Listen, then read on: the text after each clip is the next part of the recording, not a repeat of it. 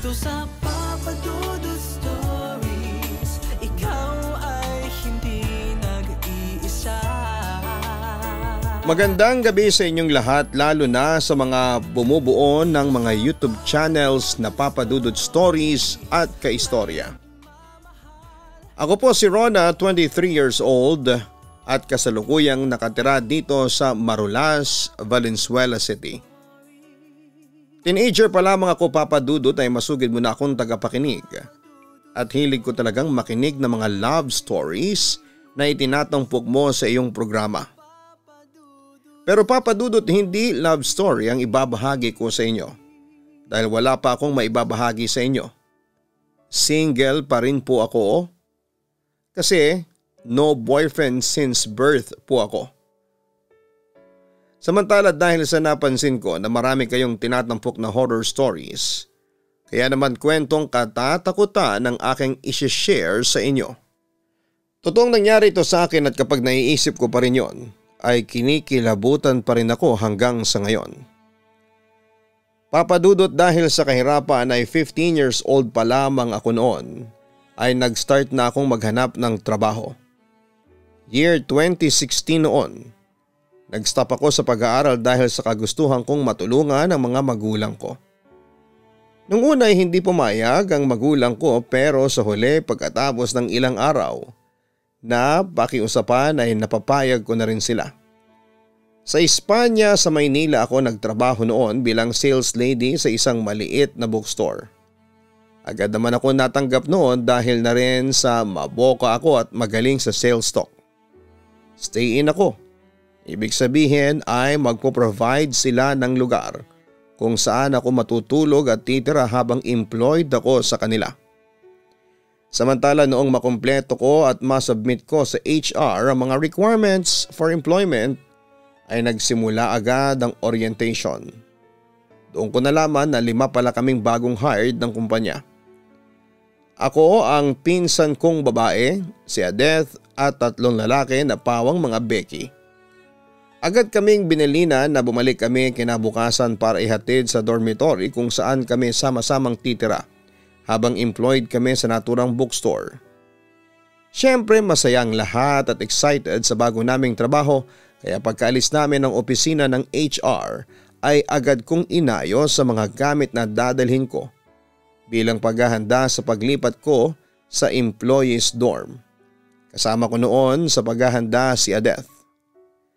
Ngunit kinagabihan, nalimpungatan ako at nagulat ako nang mapansin kong gising pa ang pinsan ko kaya agad ko siyang tinanong. Nanaginip kasi ako, sagot sa akin ni Adeth. Ano naman ang napanaginipan mo? Curious ko namang tanong sa kanya. May babaeng kumausap sa akin na nakaputi pero sunog ang buong katawan hanggang muka. Ang sabi niya sa akin. Huwag na daw tayong tumuloy. Nung una'y natawa ako sa aking narinig mula kay Adeth pero nang mapansin kong seryoso siya at parang nag-aalala ay nawala ang pagtawa ko. Matulog ka na, maaga pa tayo bukas. Panaginip lang yan, sabi ko pa sa pinsan ko. Samantala ay maaga kaming nagising at nag-almusal. At pagdating namin sa opisina ng HR ay agad kaming hinatid sa dorm na malapit lang doon. Habang nasa biyahe sinabihan kami nang naghatid sa amin na hiwa-hiwalay pala kami, buti na lamang at kaming magpinsan ay magkasama. Saka yung isang Becky na naging kaibigan namin ni Adeth. Pagdating namin sa location kung saan nakita namin ang 3 palapag na gusali, sa first floor ay naroon ng bookstore at isang fast food chain.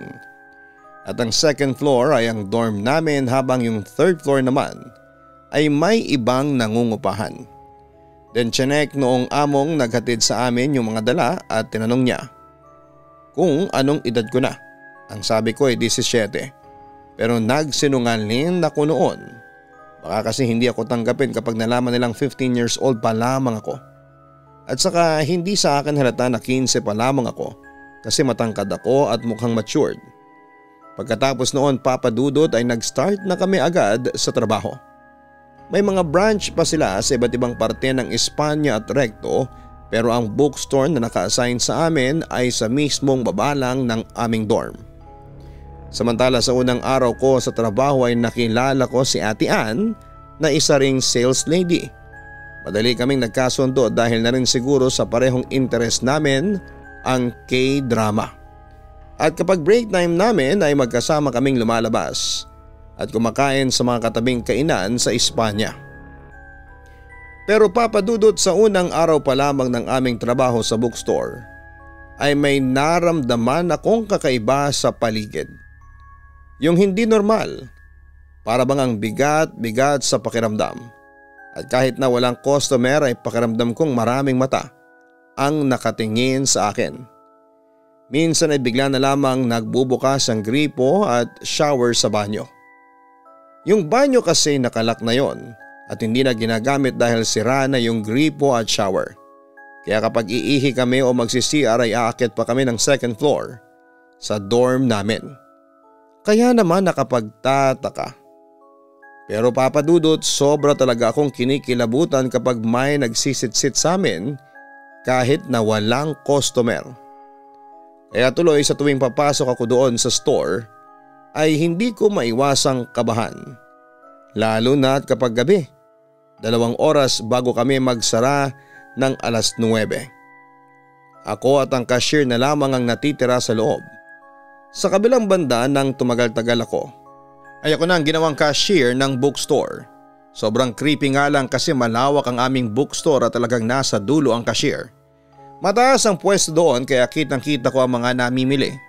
Karamihan ay mga estudyante, ang katabi naman ang cashier, sa kanan ay ang sirang banyo na nakasara. At sa kaliwa naman ay ang hagdanan paakyat sa aming stock room. Pinakang likod ng cashier ay kusina pero sarado kasi hindi naman ginagamit. At yun nga papadudot, tuwing gabi ay lumalakas sa mga sitsit at paggalaw ng mga bagay sa loob. Kahit na 2 o 3 lamang kaming naroon pagsapit ng gabi. Dahil doon ay nagsimula na akong kabahan lalo na kapag opening ng store kinabukasan. Kapag papasok ka kasi doon sa bookstore ay sobrang dilim ang sasalubong sa iyo kahit na umaga. At yung saraduhan ay hindi basta-basta nagbubukas. Mabubuksan mo siya, yung kasya ka lang tapos kailangan mo munang pumasok sa loob para mabuksan mo ng buo. At kailangan mo pang buksan ang ilaw sa dulo malapit sa banyo. Nung unang araw na nagbukas ako ng store namin ay natakot ako kasi may sumisit-sit sa akin sa loob. Kahit na alam kong walang tao. Nagtataka ako at bakit palaging natutumba yung santo sa mesa ng cashier kahit na wala namang pusa sa loob. Halos araw-araw na nagdarasal ako bago buksan ang store at halos araw-araw lagi nakatumba ang santo. At halos araw-araw ay pinaglalaroan ako ng mga nilalang doon na hindi nakikita. Napapatakbo ako palabas ng store kapag may sumisit-sit sa akin lalo na kapag sumapit na ang gabi. O di kaya ay bigla na lamang magbubukas ang gripo at shower sa banyo. Pag hindi naman yung banyo, yung bintana sa likod ko sa may kusina ay bumubukas sara ng kusa. Kahit na wala namang hangin kasi kulong at saka bakal at salamin yung bintana. Pero papadudot, sa sitsit talaga ako kinakabahan. Kasi kapag naririnig ko yung sitsit ay nararamdaman ko na parang may kung anong nilalang na nakatayo sa likod ko. Tapos bigla na lamang magsisi taas na mga balahibo ko sa katawan. Kaso isang beses ay halos mahimatay ako sa kinakaupuan ko. At muntik na akong malaglag dahil biglang may tumakbo sa hagdanan kahit wala namang tao sa storage room. Tapos nang lumingon ako, para akong namalikmata na may dumaang itim na anino papunta sa kusina. Tapos papadudot pagkatapos noon ay nakarinig ako ng sitsit. Siguro mga 6 na beses. Mamayang kaunti bigla na lamang may kumalabit sa akin. Dahil doon ay napatakbo ako ng 10 oras. Nagtaka naman sa akin ang sales lady na kasama ko at ang guard kaya pinagtapat ko sa kanila ang kanilang naranasan. Doon ko nalaman na maski sila ay pinagpaparamdaman din ng kung anumang nilalang na nasa bookstore. And one time may isang customer matanda na namimili siya nang may sumisit-sit sa akin. Siyempre napapatingin ako sa matanda pero nakatalikod siya. pero may nagsitsit ulit sa akin. Lumapit na ako sa matanda para makasigurado pero nang naulit yun ay tumingin na ako sa hagdanan. Kinabahan na ako sa isipan ko dahil pinaglalaruan na naman ako. Kinagabihan naman sa aming dorm ay naalimpungatan ako at nakita ko si Ate Adeth sa hinihigaan niya na nakaupo. Maya-maya ay may narinig ako na may tao sa labas ng kwarto. Kaya tumayo ako at iniwan si Ate Adeth na tila hindi kumikilos sa kanyang pagkakaupo sa higaan. Pero papadudot pagbukas ko ay nakita ko si Ate Adeth na nakikipagchismisan sa katabing kwarto. Tumaas ang mga balahibo ko sa katawan at nabalik ng tingin sa loob. Wala na yung babaeng nakaupo na inakala kong pinsan ko, papadudot. Siyempre sobra akong natakot pero bumalik ako sa kwarto para matulog ulit. Total ay day off naman namin noong araw na yon. At nanaginip ako. Gumising daw ako ng alas 4 para magluto ng almusal. Pagkababa ko ay may nagpakita sa aking babaeng nakaputi, sunog ang katawan hanggang muka at sinabi niyang umalis na kami. At binuksan niya yung gasol na nasa loob ng dorm namin at bigla yung sumabog. Sinikap ko makalabas ng kwarto sa pamamagitan ng pagbasa ng aking kumot ng tubig at tinaklob ko yon sa aking katawan para hindi na ako masunog. Pero nang lumabas na ako ng nasusunog na kwarto ay hinarangan ako ng isang batang lalaki na sunog ang buong katawan. Hindi ko na lamang pinansin yon at lumabas na ako ng kwarto. Pero papadudot na pasigaw ako sa takot nang sumalubong sa akin sa labas ang mga nilalang na tila ba sunog ang buong katawan. Nanlilisik ang mga mata at palapit sa akin. Pagkatapos noon ay nagising na ako sa aking bangungot. Iyak ako ng iyak noon at pagtingin ko sa tabi ng higaan ko sa may paanan namin nakatayo doon ang babaeng nakita ko sa panaginip ko. Nagsisigaw ulit ako sa sobrang takot. Kaya sina Ate Adeth at yung mga kausap niya sa labas ay agad na napapasok sa loob para puntahan ako at pakalmahin. Pagtingin ko ulit sa paligid ay wala na yung babaeng sunog. At yun nga papadudot, doon ko ay kinuwento sa kanila ang lahat-lahat ng napapanaginipan at nakikita ko. Doon ko nalaman, alam pala ng amo namin na mayroon talagang nagpaparamdam. Hindi lang niya sinasabi kasi marami nang umalis na nagtatrabaho doon. At ang mga katrabaho ko ang nagkwento sa akin ng mga experience nila sa dorm at doon sa bookstore. Si Kuya Cloud na roommate kong Becky ay nagkwento sa akin na habang natutulog daw siya nang biglang maramdaman niyang may humawak sa kanyang paa. Nagising siya at nagimbal siya na may lalaki sa paanan niyang nakatayo at kamukha niya. Si Ate Ann naman ay nag-share din sa akin ng kanyang karanasan doon sa bookstore. Habang siya ay naka-assign bilang cashier ay nakita niyang may babaeng buwaba galing sa storage room. Nung unay inakala niyang ako. Pero noong sumitsit ito sa kanya, paglingon niya ay tumambad sa kanya ang itsura ng babaeng sunog ang katawan. At maging ang mukha nito ay sunog na sunog. Ang pinsan ko namang si Ate Adeth ay nag-share din sa akin na kapag naliligo siya sa banyo ng kwarto namin ay meron ding sumisitsit sa kanya. Pero ang pinaka nakakatakot niyang karanasan noon ay may sumisitsit sa kanya at paglingon niya ay tumambad sa kanya ang isang sunog na batang lalaki. Nanlilisik ang mga mata at ngiting demonyo. Hindi lang daw niya sinabi sa akin kasi alam niyang matatakotin ako. At sa tuwing madaling araw sa tinutulugan namin ay naririnig namin na marami nagtatakbuhan sa labas. Kahit natulog na ang mga lahat ng empleyado.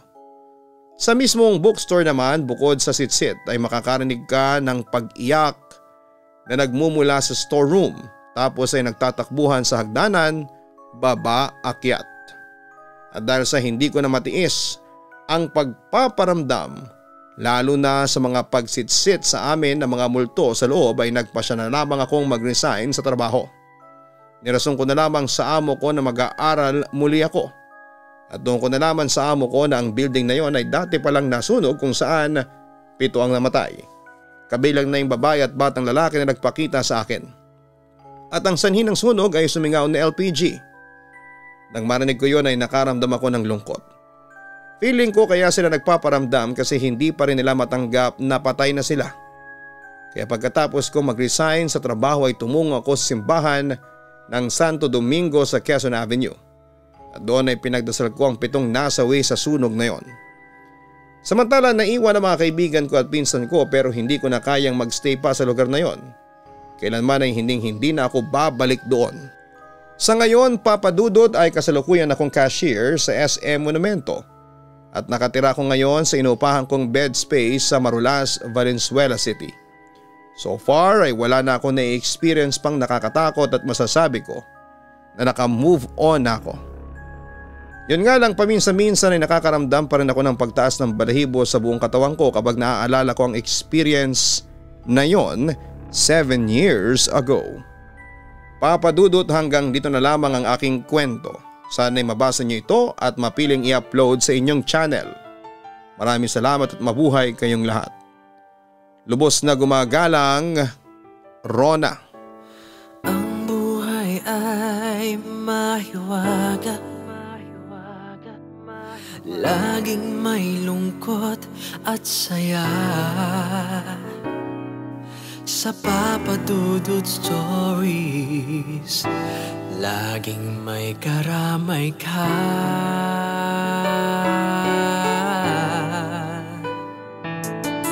Mga problemang kay bigat, dito ay pakikinggan ka. Sa Papa Dudut Stories, kami ay iyong kasama. Dito sa Papa Dudut Stories, ikaw ay hindi nag-iisa.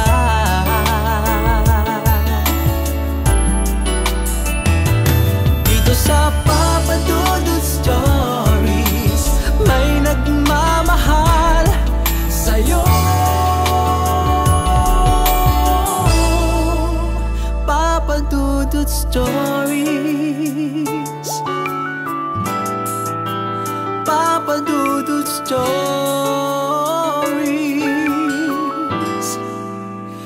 Papa Dudut Stories.